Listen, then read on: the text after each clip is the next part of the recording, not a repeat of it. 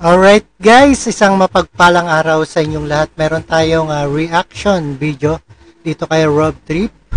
Ito ay isang reaction sa ANTV. Ito ay paggamit ng Intel funds noong si ex-president Rodrigo Duterte.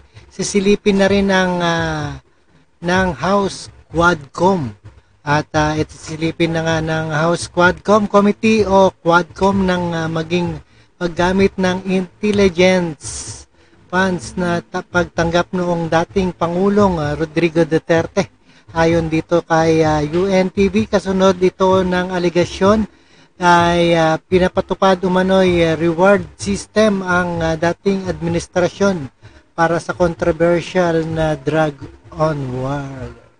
Alright, maraming salamat. This is your friendly neighborhood Rob Trip at panoorin po natin ang buong detalye dito sa UNTV. And now, the further ado, let's do watch, guys. Let's get it on.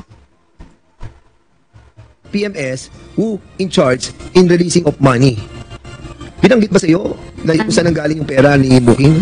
Wala po. In reality sa ground, wala naman talagang punto binibigay ang PNP sa Koplan. Yung mga Koplan lang na napupuntuhan, national level yan kung meron man. Ang revelasyong ito ni Garma magiging subject na rin ng investigasyon ng Quadcom dahil sa umano'y paglobo ng intelligence funds noon ng tanggapan ni dating Pangulong Duterte. Duda ng ilang House servants, ito umano ang posibleng ginamit para sa cash reward payment sa anti-drug war. There are operations being implemented by the administration or former administration o kahit yung administration Malaki rin pala kurakot dyan sa war on drugs. na kapag police operation o kaya military operation, gagamit ka ng Intel Fund. Yun dyan yan ang ginagamit natin So, kaya lumabas na investigahan yung Intel Fund ng former president because Rohina Garma told us na doon ang galing sa malaking yung pera. So, we need to find out saan talaga kinuha yung pera. And we're pretty sure doon sa Intel Fund. Kapwa itinatanggi ni Senators Go at Ronald Bato de la Rosa. Yun lang, kung totoo yan, kung sa Malacanang dati nakuha yung pera. Ang cash reward system allegation sa Duterte drug war. Naniniwala naman si Quadcom overall chairperson Representative Robert H. Barbers na galing ang pondo sa Intel funds ng Office of the President at ng Philippine National Police. Kung mau-audit niya ang pondo, matutuklasan kung sino ang nagsisinungaling at nagsasabi ng totoo. Umaapela naman si House Assistant Minority Leader at Gabriela Women's Party List Representative Arlene Rosas sa COA na imbestigahan ang potensyal na maling paggamit ng bilyong-bilyong pisong halaga ng pondo sa tila. Bira niya, bilyon-bilyon sa paggamit ng dito sa war on drugs.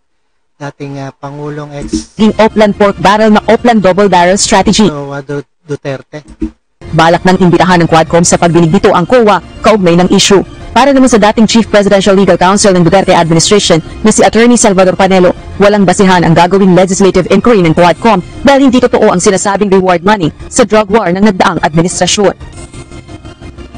Yes, October 22, yung susunod na pagdinig ng Quadcom at iniimbitahan sa hearing yung mga personalidad na dinadawit ni dating PCSO General Manager Garma sa anti-drug task force na binuo sa ilalim ng dating administrasyon Duterte. Balik sa iyo, June. Rosary, kamakailan ay sinasabi na handa umano si dating Pangulong Duterte na dumalo sa pagdinig ng Quadcom. Ito na ba ang panahon ngayon sa tingin ng mga mabatas na pwede na siyang dumalo? O June, lagi ang natatanong sa mga co-chairperson at sa overall chairman ng House Quadruple Committee.